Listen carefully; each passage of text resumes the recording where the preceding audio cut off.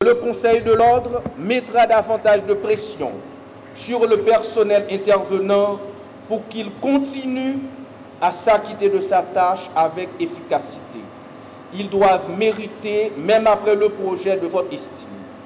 Une façon pour moi de leur dire que je suis fier d'eux.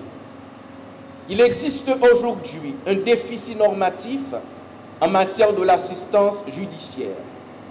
Les critères d'éligibilité de bénéficiaires, les modes d'intervention, les évaluations de ce projet ne sont définis dans aucun document législatif. Des avant-projets de loi réglementant l'assistance légale circulent depuis environ une décennie. À rappeler que le dernier instrument juridique sur l'assistance judiciaire remonte à la loi du 24 septembre 1864.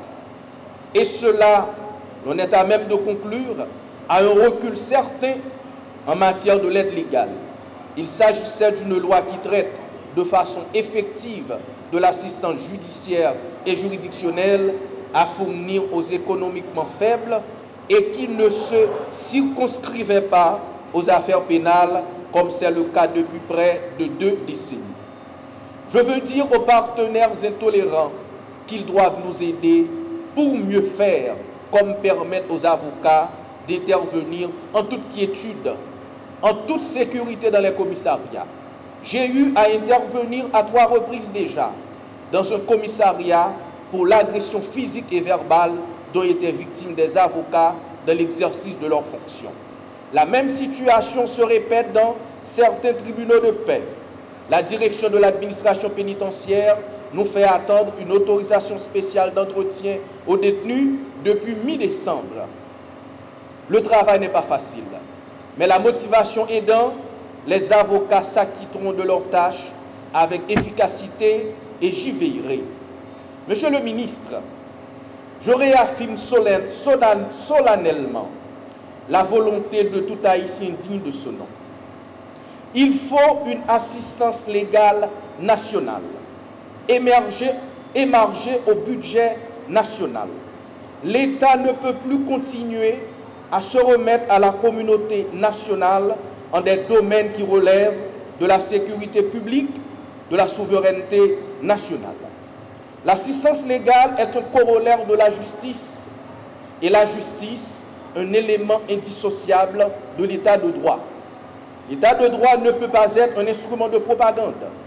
Il doit être éprouvé, ressenti, exprimé, transpiré dans le comportement des responsables de l'application de la loi parce que les autorités gouvernementales auront accepté de se remettre à la loi et de se soumettre aux décisions de justice.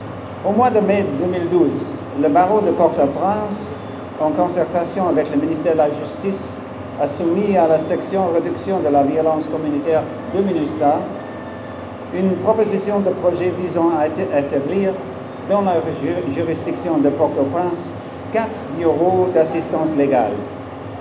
Et c'est avec beaucoup d'enthousiasme que les équipes de la MINUSTAH, la section RVC, la justice et droits de l'homme ont analysé cette demande et évalué les liens d'une telle proposition à la mission de stabilisation et à la stratégie de réduction de la violence communautaire de la MINUSTAH dans la juridiction de Port-au-Prince.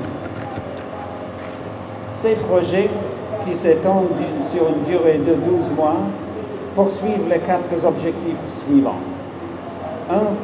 Fournir une assistance légale aux justiciables, aux démunis, en accordant la priorité aux personnes en détention préventive. 2. Réduire le taux de détention préventive prolongée. 3. Diminuer la violence dans les quartiers défavorisés. Et 4. Œuvrer à l'installation de l'état de droit en Haïti. Ces 4 bureaux d'assistance légale sont installés dans la juridiction de Port-au-Prince pour répondre aux besoins des justiciables en difficulté.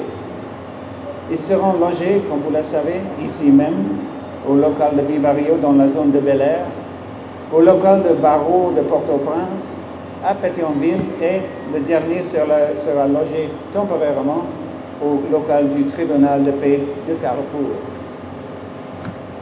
Dans le but d'assurer la durabilité de ce projet et avec l'appui du ministère de la Justice, un comité de pilotage a été mis en place dont la mission est d'élaborer les stratégies de développement, de pérennisation et d'appropriation de ce projet par l'État haïtien. Chers invités, ces bureaux d'assistance légale se veulent être un appui au gouvernement haïtien dans le renforcement de l'État du droit.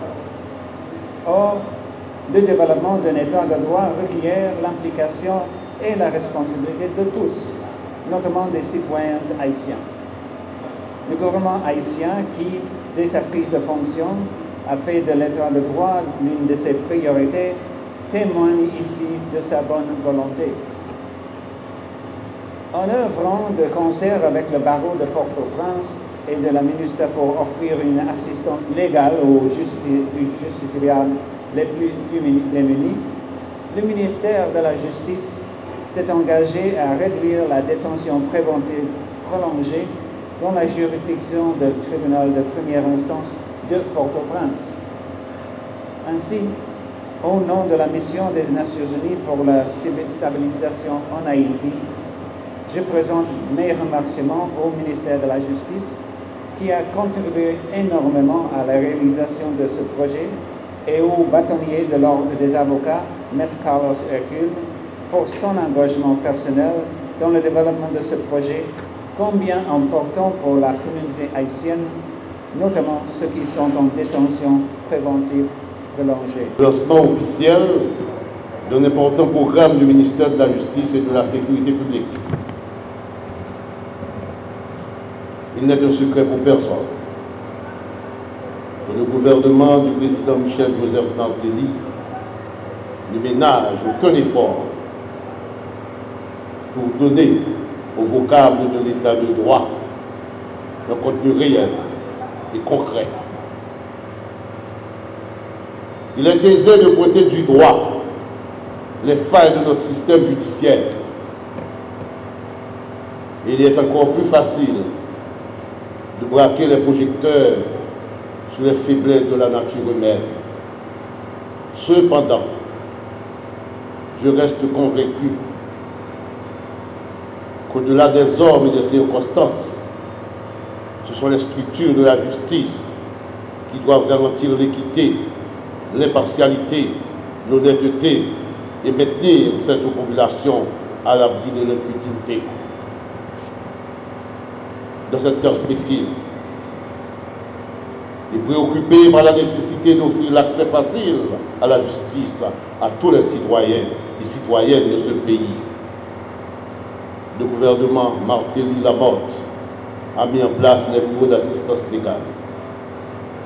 La multiplication de ces bureaux sur toute l'étendue du territoire national ouvrira l'accès à la justice à des secteurs insoupçonnés de notre population. Ces structures de justice participent d'une volonté de résoudre plus tôt des problèmes qui ont trop duré dans le système judiciaire, dans le système carcéral, autant que dans nos pratiques pénales. Je ne me fais aucune illusion à ce sujet. L'assistance légale est un encadrement technique qui renforcera de façon irréversible notre système de justice. Le président Martelly n'arrête pas de souligner le rôle de la justice dans la construction d'une société nouvelle.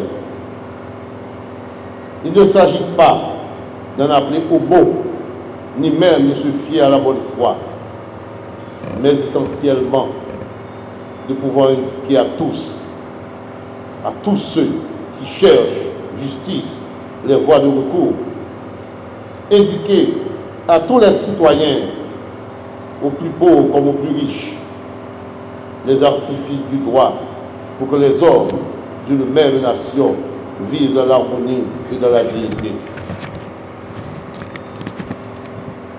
Je suis heureux de présenter les remerciements du ministère de la Justice et de la Sécurité publique à tous ceux qui ont travaillé à la mise en place de ce programme.